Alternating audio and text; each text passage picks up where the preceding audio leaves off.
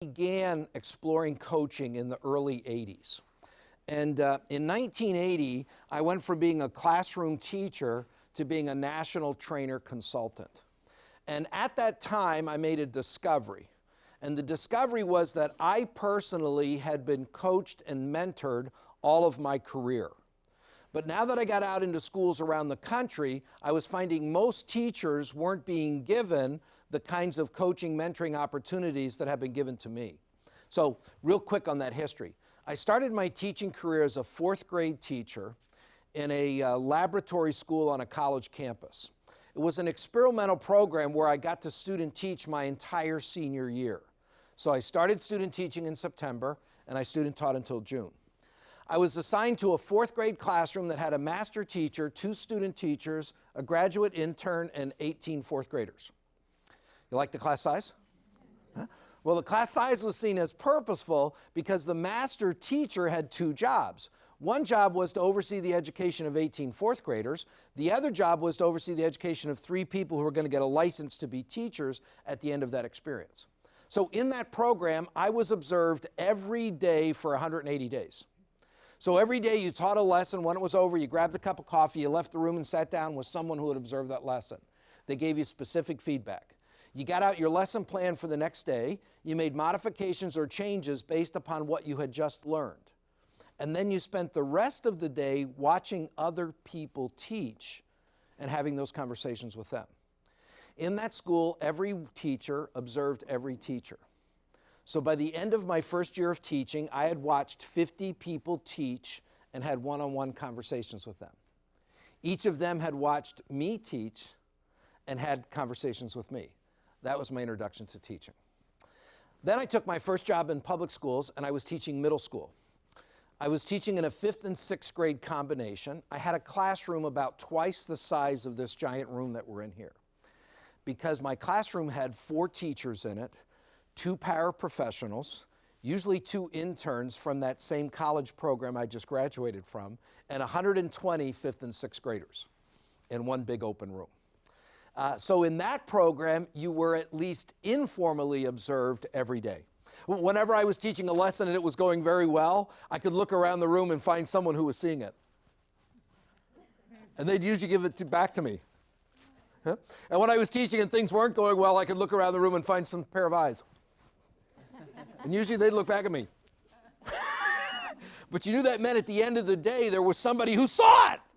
And I could go up to them and I say, well, what else could I have done? Or what did you notice? And you could start some conversation to grow from there.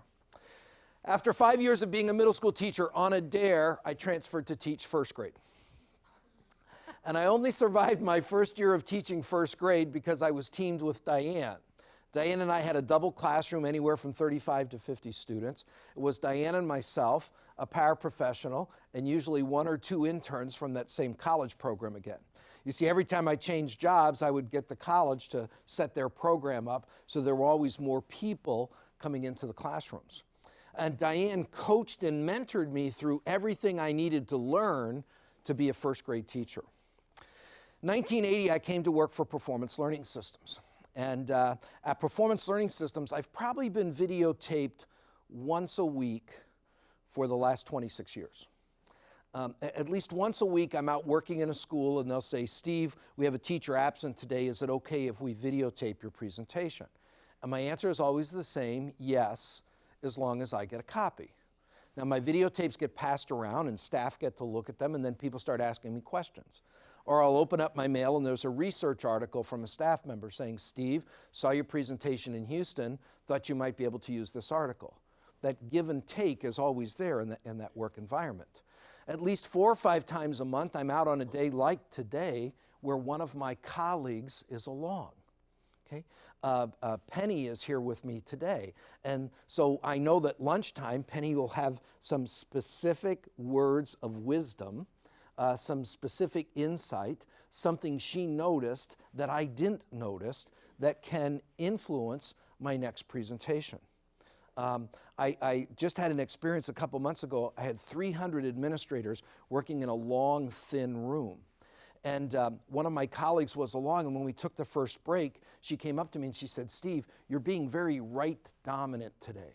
She said, the people to your right are getting much more attention than the people to your left. I said, I know, that's a problem I have. That's why I always set my room up so that there's a prop that makes me go left, because I have this natural tendency to go right, and I need something to make me go left. But when we got there, they had already set the stage up for me, and they had my materials on the right. During the break, my colleague and I are moving the furniture, and we're changing the staging. Coaching that quickly could influence my presentation. Now, I just gave you a 30-year background in history, 30 plus. Can you imagine my surprise when I go out into a school and I have teachers tell me that in the last 5 years they haven't watched another teacher teach? Can you imagine my surprise when a teacher tells me that in the last year they did not have a single one of their lessons videotaped that they could take a look at? Stop real quick, just check with the person next to you. How many teachers back at your school site do you think videotaped a lesson last year and took a look at it?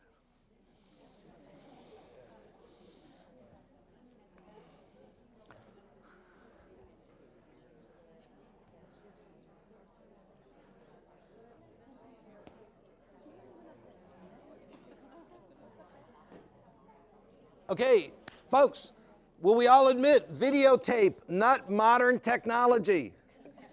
Your schools have been videotaping the football team for over 50 years. Prior to videotape, it was 8mm film that got produced over the weekend.